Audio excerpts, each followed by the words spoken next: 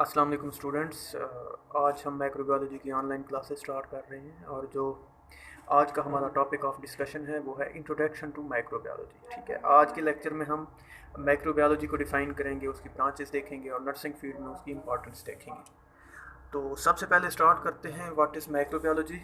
तो माइक्रोबायोलॉजी को अगर हम डिफ़ाइन करें तो इसमें आएगा कि microbiology is a branch of biology that deal with the study of micro organism. ठीक है, तो माइक्रो ऑर्गेनिज्म के रिलेटेड यानी बैक्टीरिया, वायरस, फंगस, प्रोटोजोआ, जितने भी माइक्रो ऑर्गेनिज्म हैं उन सब के इंफॉर्मेशन, उसके नॉलेज को माइक्रोबायोलॉजी कहते हैं। ठीक है, माइक्रोबायोलॉजी उनके डिफरेंट माइक्रोब्स के जो पैथोजेनिक इफेक्ट हैं, उनके मैकेनिज्म ऑफ एक्शन हैं या उनके फंक्शन हैं, उनकी प्रॉपर्टीज़ हैं, उनकी करेक्टरिस्टिक्स हैं, उसके जेनेटिक्स हैं, ये सब कुछ हम स्टडी करते हैं माइक्रोबायोलॉजी में।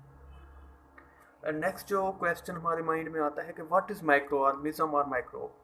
ठीक है, तो माइक्रो ऑर्गेनिज्म को अगर हम डिफाइन करें तो हम कह सकते हैं microorganism are small living creature that are not seen with naked eye, जिनको हम आम आँख से देख नहीं सकते, उनको माइक्रो ऑर्गेनिज्म कहते हैं। ठीक है, और जो माइक्रोब्स या माइक्रो ऑर्गेनिज्म टर्म है ये एक ब्रॉडर टर्म है और इसमें फंगस भी आ जाते हैं, वायरस भी आ जाते हैं, एलजी भी आ जाते हैं, प्रोटोजोआ भी आ जाते हैं, पैरासाइट, मीन्स के जितने भी लिविंग हैं और हमें आम आँख से नज़र नहीं आते वो सारे माइक्रोब्स में आते हैं और उनको स्टडी करने के लिए हमें माइक्रोस्कोप की ज़रूरत पड़ती है। तो माइक्रोस्कोप भी फिर डिफरेंट टाइप के हो सकते हैं, लाइट माइक्रोस्कोप होती हैं और इलेक्ट्रॉन माइक्रोस्कोप्स होती हैं।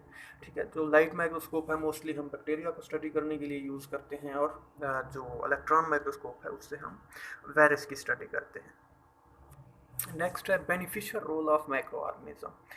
माइक्रो ऑर्गेनिज्म बेनिफिशियली भी ह्यूमन को बहुत ज़्यादा उनका रोल प्ले है हमारी डेली लाइफ में और हमें बहुत सारे मेथड से वो फ़ायदा पहुंचा रहे होते हैं। तो हम कह सकते हैं कि ये डीकम्पोज़र एजेंट के तौर पे काम करते हैं। जितने भी ऑर्गेनिक मैटर होते हैं, ठीक है, डेड मटेरियल है, उनकी डीकम्पोजिशन करते हैं। सेकंड, प्रोड्यूस फर्मेंटेड फूड, जितने भी ये ब्रेड, वाइन, चीज़ वगैरह जितने भी हैं, ये सब चीज़ें हमें माइक्रो ऑर्गेनिज्म की हेल्प से ही पॉसिबल है बनानी। और उसके बाद है प्रोडक्शन ऑफ एंटीबायोटिक्स। जितनी भी एंटीबायोटिक्स हैं अगर उनको हम ट्रूली देखें, जो ट्रूली एंटीबायोटिक होती है उसका सोर्स हमें कोई ना कोई माइक्रो ऑर्गेनिज्म ही नज़र आएगा। ठीक है, और एग्रीकल्चर में भी हम यूज़ कर सकते हैं, केमिकल इंडस्ट्री में भी यूज़ कर सकते हैं माइक्रो ऑर्गेनिज्म को।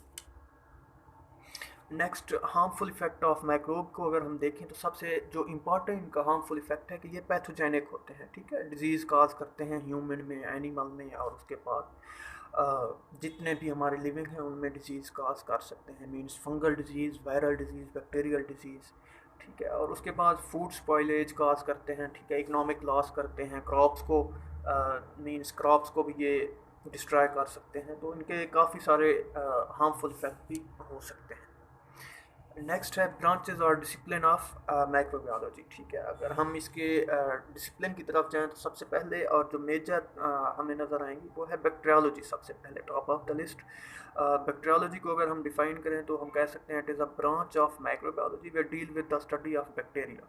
ठीक है, और बैक्टीरिया की जितनी भी बैक्टीरिया की आइडेंटिफिकेशन है, कल्टीवेशन है, पैथोजेनिक इफेक्ट हैं, application of bacteria in medicine, in agriculture, in industry, in biotechnology, ये सब कुछ हमें बताएगी बैक्टीरियोलॉजी। और बैक्टीरियोलॉजी में हम बैक्टीरिया की लिविंग हैबिटेट्स को भी स्टडी करते हैं। नेक्स्ट है विरोलॉजी। विरोलॉजी भी एक माइक्रोबायोलॉजी की साइंस है that is deal with the study of viruses and the disease cause by viruses. ठीक है, वायरस की जितनी भी डिजीज़ हैं वो हम विरोलॉजी में स्टडी करते हैं। आजकल जैसे हमें कोरोना वायरस का सामना है तो कोरोना वायरस के रिलेटेड जितनी भी इंफॉर्मेशन है ये सारी हम स्टडी करते हैं विरोलॉजी में। और उसके बाद माइकोलॉजी है। माइकोलॉजी को हम डिफाइन कर सकते हैं कि branch of microbiology which deal with the study of fungus, और फंगस के हार्मफुल इफेक्ट, फंगस की जेनेटिक्स, बेनिफिशियल इफेक्ट, और जितनी भी चीज़ें फंगस से रिलेटेड होंगी वो हम सारी माइकोलॉजी में स्टडी करते हैं। नेक्स्ट है protozoology, study of protozoa is called as protozoology. Next है parasitology. Parasitology is a study of parasite, they are host and relationship between them. ठीक है, और जो relationship between host and parasite है इसको हम कहते हैं पैरासाइटिज्म। मीन्स ये सारी चीज़ें फिर हम पैरासाइटोलॉजी में स्टडी करते हैं। नेक्स्ट है इम्यूनोलॉजी। इम्यूनोलॉजी इम्यून सिस्टम की स्टडी को कहते हैं। ठीक है, ये भी बायोलॉजी की एक ब्रांच है। और माइक्रो ऑर्गेनिज्म क्योंकि हमारी इम्यून सिस्टम के बहुत हेल्पफुल होते हैं हमारे इम्यून सिस्टम को स्ट्रांग करने के लिए, मीन विटामिन की प्रोडक्शन में हेल्पफुल होते हैं। तो इसको भी हम स्टडी कर सकते हैं, इम्यूनोलॉजी को भी।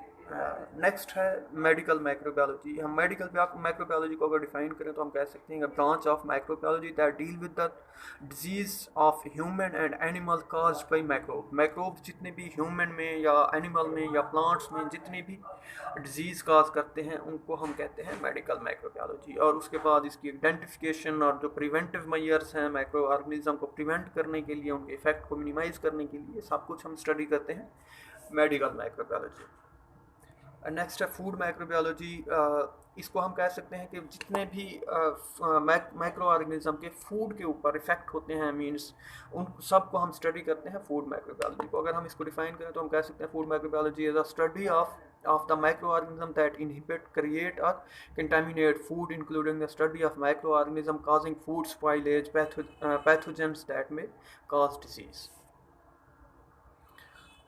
और नेक्स्ट है importance of microbiology in nursing field. Medical की जितनी भी फील्ड हैं सब में माइक्रोबायोलॉजी का बड़ा इंपॉर्टेंट रोल है, और नर्सिंग फील्ड में भी डेफिनेटली माइक्रोबायोलॉजी एक बहुत ही इम्पॉर्टेंट रोल प्ले करती है। और सबसे पहले हमें ये इंफॉर्मेशन प्रोवाइड करती है। अगर हम वन बाई वन देखें तो सबसे पहले हम कह सकते हैं improving sanitation of hospital environment.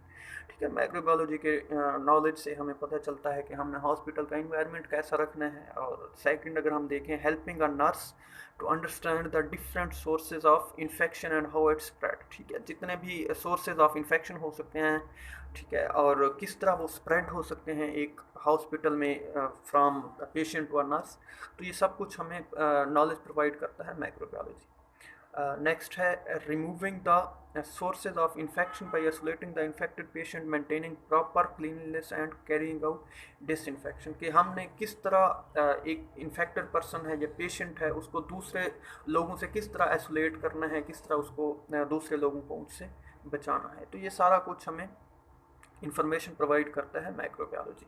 और उसके बाद डिसइंफेक्टेंट मींस कि हमने माइक्रो फ्री लाइक इन्वायरमेंट या हमारे जो इंस्ट्रूमेंट हैं जो हम डेली लाइफ में यूज़ करते हैं उनको हम कैसे डिसइंफेक्ट कर सकते हैं, तो ये भी हमें माइक्रोबायोलॉजी ही प्रोवाइड करता है नॉलेज। और उसके बाद है understanding the importance of infection control procedure in their job to check the spread of infection. Means के जो हम कंट्रोल कर सकते हैं इन्फेक्शन को तो किस तरह कर सकते हैं, उसके SOPs हमें जो इन्फेक्शन कंट्रोल के SOPs होते हैं वो हमें माइक्रोबायोलॉजी के नॉलेज से ही हासिल होते हैं। नेक्स्ट है help to maintain aseptic condition during various surgeries. Means during surgery जिन पे जो नर्सेज हमें काम करती हैं OTs में और ऑपरेशन थिएटर रूम में, तो उनको ये लाइक जो सर्जिकल इक्विपमेंट हैं उनको किस तरह हमने स्टीराइल करना है, एसेप्टिक करना है, तो ये सारा हमें जो नॉलेज या इन्फॉर्मेशन मिलती है माइक्रोबायोलॉजी फील्ड से ही मिलती है। लास्ट अगर हम नेक्स्ट देखें तो understanding the importance of proper sample collection and timely transport to laboratory. Means कि हम लेबॉर्ट्री के अंदर सैंपल किस कंटेनर में भेज सकते हैं और उसका सैंपल कलेक्ट करने का कौन सा प्रॉपर वे है, और ये सब कुछ भी हमें इंफॉर्मेशन हमें माइक्रोबायोलॉजी की फील्ड को स्टडी करके या अंडरस्टैंड करके ही पता चलेगा कि कौन से सैंपल के लिए कौन सी टेस्ट ट्यूब या कौन सा कंटेनर प्रॉपर है। Ensuring proper disposal of medical waste के जितने भी डिस्पोजल हैं उनको हम किस तरह प्रॉपरली डिस्ट्रॉय कर सकते हैं या अपने इन्वायरमेंट को उस डिस्पोजेबल से किस तरह सेव रख सकते हैं, ये भी हमें इंफॉर्मेशन मिलती है माइक्रोबायोलॉजी फील्ड से। और लास्ट पे enabling a nurse to prevent transmission of disease during epidemic outbreak emergencies. तो माइक्रोबायोलॉजी हमें ये इंफॉर्मेशन देती है कि किस तरह हम किसी भी आउटब्रेक को कंट्रोल कर सकते हैं और किस तरह हम खुद को सेफ कर सकते हैं बीइंग अ नर्स कि हम उस एपिडेमिक डिजीज़ से महफूज रहें। तो ये सारा कुछ हमें इंफॉर्मेशन जो है वो माइक्रोबायोलॉजी फील्ड से ही मिलती है। तो ये था आज का जो इंट्रोडक्शन टू माइक्रोबायोलॉजी था, एक जनरल सी बातें थी जो हमने डिस्कस की। इंशाल्लाह नेक्स्ट लेक्चर में हम इसको थोड़ा सा डिटेल में देखेंगे और इंशाल्लाह फिर नेक्स्ट लेक्चर में इंशाल्लाह आपको डिटेल में बताया जाएगा। Thank you so much.